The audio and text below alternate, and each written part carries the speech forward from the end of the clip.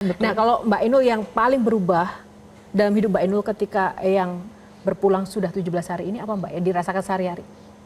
Mungkin ini ya, ikatan batin ya gitu. Biasanya secara nyata, cuman sekarang cuman bisa doa gitu. Jadi aku harus membangun semuanya berharap seolah-olah Eyang itu masih tetap ada gitu.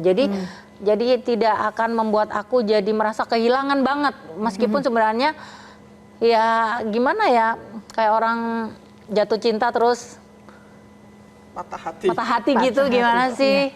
Jadi ya aku harus tetap semangat karena Eyang juga nggak mau melihat aku yang, karena ada satu cerita yang pokoknya kowe Gio sesok aku pasti nggak ada Nduk. Aku nggak bisa nolongin kamu, nggak bisa dengar kamu nangis, nggak bisa kamu dengar kamu nyanyi, nggak bisa kamu cerita, nggak bisa ngomongin masalah baju, nggak masalah ini gitu. Jadi kamu harus bisa mandiri gitu, harus bisa menjadi sosok inspirasi kayak aku aja Lando gitu. Pokoknya kamu itu adalah aku adalah kamu gitu. Kalau ngomong itu aku iki kowe iki aku gitu.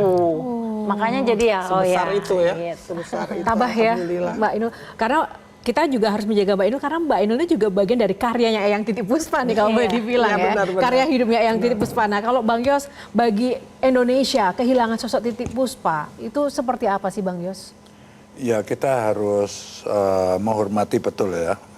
Beliau sudah memberikan andil dalam tanda kutip di dalam entertain lah ya, yang begitu lama ya. Beliau juga pemain film ya, nyanyi segala lagu bisa gitu. Jadi bergaul dengan semuanya bisa, apalagi gubernur dengan presiden pun beliau akrab gitu. Jadi itu semua orang saya rasa merasa kehilangan ya. Mesti saya sudah menganggap beliau adalah kakak saya gitu, tetapi akhirnya saya harus ikhlas gitu kan. Kehilangan beliau kan harus ikhlas. Ini sudah titah Allah, mau bagaimana lagi kan gitu kan. Iya.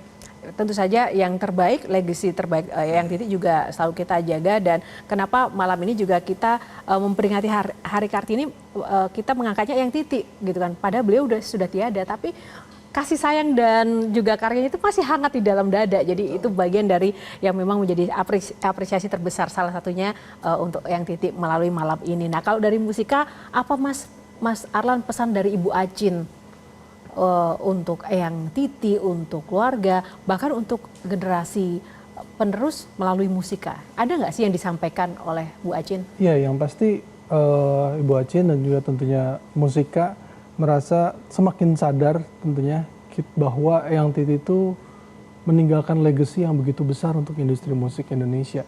Bahwa etos kerjanya, karya-karyanya, mungkin Eyang Titi sudah berpulang, tapi kita dari musika merasa bertanggung jawab untuk membuat karya-karya untuk tetap hidup gitu.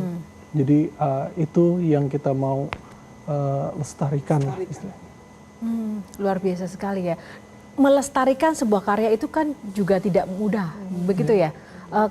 Apa saja sih yang mungkin pernah disampaikan Eyang Titi itu? Adakah mungkin instruksi khusus, ini karya-karya tertentu, ini nggak boleh, ini boleh? Ada nggak pesan-pesan? Kan sekarang kalau ingin menyanyikan karya-karya orang kan itu kan banyak sekali mungkin aturannya harus dipahami. Kalau Eyang Titi itu ada berpesan khusus nggak sih kepada label musika? Enggak sih, kalau Eyang Titi kan orangnya sangat kreatif ya, sangat mencerahkan suasana, sangat apapun sesuatu yang dikeluarkan dari seniman itu harus dari hati, itu yang selalu dia tekankan. Jadi energinya luar biasa. Jadi sebetulnya apa yang Titi lakukan ke kami, ke musisi-musisi muda itu sangat menularkan sesuatu yang positif sekali. Seperti waktu syuting video klip Dua Sejoli 3 tahun yang lalu, dia lagi kurang sehat, terus tapi begitu kamera roll tiba-tiba jadi sehat sekali gitu. Ini kok bisa sih gitu. Jadi sepertinya itu yang lebih ditekankan dari apa yang diwariskan oleh Eyang Titi terhadap industri musik Indonesia. Dan sangat profesional ya. Sangat. Nah, bicara soal profesional, Mbak Peti, ada satu cerita yang saya lupa tadi saya tanyakan bahwa Eyang Titi ini kan dari Pak Karno itu kan cinta pertama beliau Iya, sampaikan. Kemudian ada Pak Harto segala macam dan semua presiden itu kayak dicintai deh sama Eyang Titi. Tapi yang paling kontroversial sebenarnya ketika beliau menyanyikan waktu itu lagu Bapak Pembangunan waktu era Pak Harto, Iya, yang itu betul. sempat ada kontroversi. Itu aslinya seperti apa sih? Jadi Mungkin sebetulnya singkat gini, saja. jadi ada cerita waktu itu namanya Bob Geldof itu bikin kaset atau lagu untuk kelaparan Ethiopia pada saat itu. Nah kemudian si lagu itu sama orang Indonesia, sorry ya, dibajak.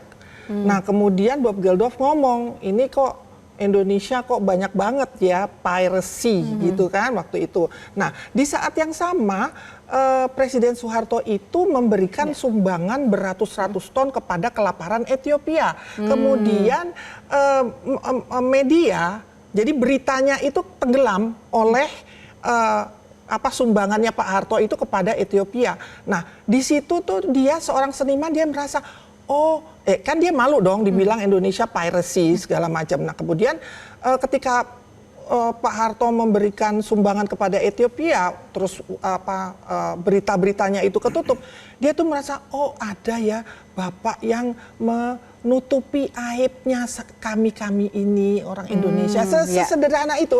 Nah ketika di saat yang sama itu kalau nggak salah ulang tahunnya Pak Harto, Edi Sud waktu itu minta supaya Bu Titi bikin lagu. Tadinya disuruh ngerubah aja itu burung kakak tua. Terus ibu saya bilang enak aja masa buat presiden burung kakak tua dirubah. Akhirnya membuat lagu itu. Akhirnya membuat lagu itu. Nah dengan kisah itu ya gimana nggak jatuh cinta ya dengan Eyang Titi ya.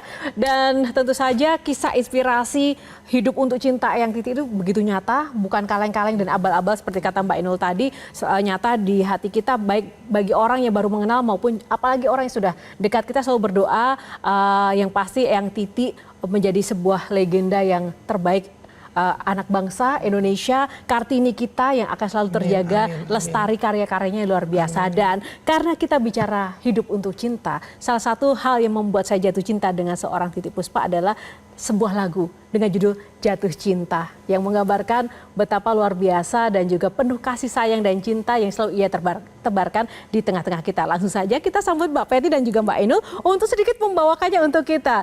Dan Q&A juga akan berakhir pemirsa dengan perjumpaan dan sajian kali ini. Terima kasih atas kebersamaan Anda. Semoga cinta kita semuanya melalui karya-karya Eyang Titiek Puspa selalu terjaga dan kita lestari untuk Indonesia yang lebih sejahtera. Tepuk tangan untuk silakan.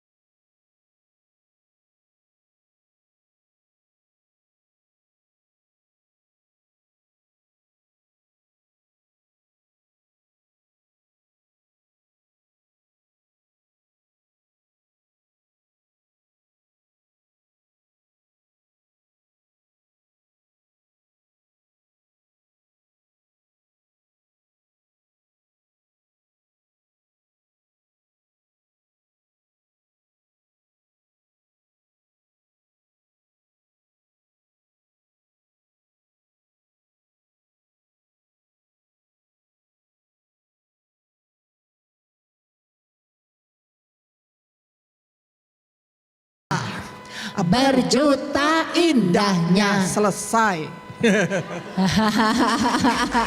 Jelajahi cara baru mendapatkan informasi. Download Metro TV Extend sekarang.